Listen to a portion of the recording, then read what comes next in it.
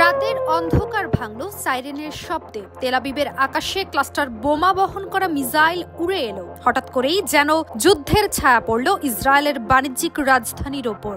যদিও ইসরায়েল বলেছে ধ্বংস করা হয়েছে বোমা, কিন্তু আতঙ্ক ছড়িয়ে পড়েছে শহরের প্রতিটি কোণে। কূটনৈতিক মহলে গুঞ্জন হঠাৎ করেই যেন দিশেহারা ইসরায়েল, কারণ একদিকে দোহায় হামলার নিন্দা, অন্যদিকে ইয়েমেনে হুতিদের রুখে দাঁড়ানো। প্রশ্ন হলো, ইসরায়েল কিভাবে সামলাবে এই বহুমুখী চাপ? 13 সেপ্টেম্বর মধ্যরাতে ইয়েমেনের হুতি বিদ্রোহীরা তেল আবিবকে লক্ষ্য করে ক্লাস্টার বোমাবাহী মিসাইল নিক্ষেপ করে। সাইরেন বেজে ওঠে রাত 3:45। আতঙ্ক ছড়ায় শহরের প্রতিটি গলিতে। ইসরায়েলের সামরিক বাহিনী IDF দাবি করেছে মিসাইলটি ধ্বংস করা হয়েছে, তবে ক্লাস্টার বোমা সংক্রান্ত বিষয়ে কোনো মন্তব্য করেননি তারা। এদিকে ইসরায়েল ভিত্তিক সংবাদ মাধ্যম টাইমস অফ ইসরায়েল জানিয়েছে, এখন পর্যন্ত কোনো ক্ষয়ক্ষতির তথ্য পাওয়া যায়নি। জানা গেছে, গত কয়েকদিনে হুতিরা একাধিক মিসাইল ও ড্রোন হামলা চালিয়েছে ইসরায়েলকে লক্ষ্য করে। এর মধ্যে একটি ড্রোন ইসরায়েলি বিমানবন্দরে আঘাত হানে। 2 দিন পর ইসরায়েল আবার হামলা চালায় ইয়েমেনের রাজধানী সানায়। সেখানে অন্তত 35 ব্যক্তি নিহত হন।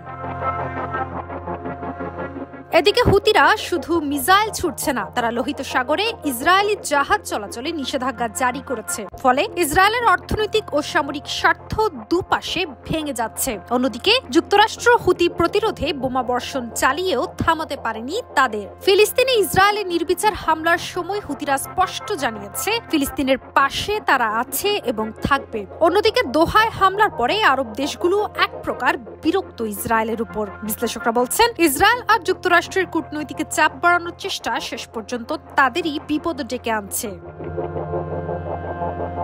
কি বুঝলেন ভাই? অনলি জেডাই চাই।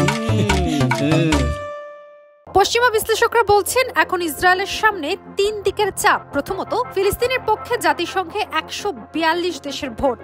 দ্বিতীয়ত, কাতারে হামলার কারণে আরব দেশগুলোর ক্ষোভ, এবং সবশেষ ইয়েমেনের হুতিদের মিসাইল হামলা। ইসরায়েলি নেতৃত্বের কৌশল এখন এক কঠিন সময় পার করছে, কারণ কোন প্রকার উস্কানি ছাড়াই কাতারকে আঘাত দিয়ে যে ভুল নেতানিয়াহু সরকার করলো, তার পরিণতি গড়াবে বহুদূর। আর এর মধ্যে ইয়েমেনের এই হামলা যেন এখন ইসরায়েলের কাঁধে এক নতুন বোঝা। তাছাড়া ইসরায়েলের রাজধানীতে হুতিদের মিসাইল নিক্ষেপ শুধু সামরিক হামলা নয়, বরং এটি একটি শক্তিশালী কূটনৈতিক বার্তা। বিশ্লেষকরা বলছেন, হুতিদের এই অভিযান ইসরায়েলকে আরো দুর্বল অবস্থানে বসিয়েছে, কারণ ইরান ইতোমধ্যে মধ্যপ্রাচ্যে ইসরায়েলের বিপক্ষে জোট গড়ে তোলার আহ্বান করছে।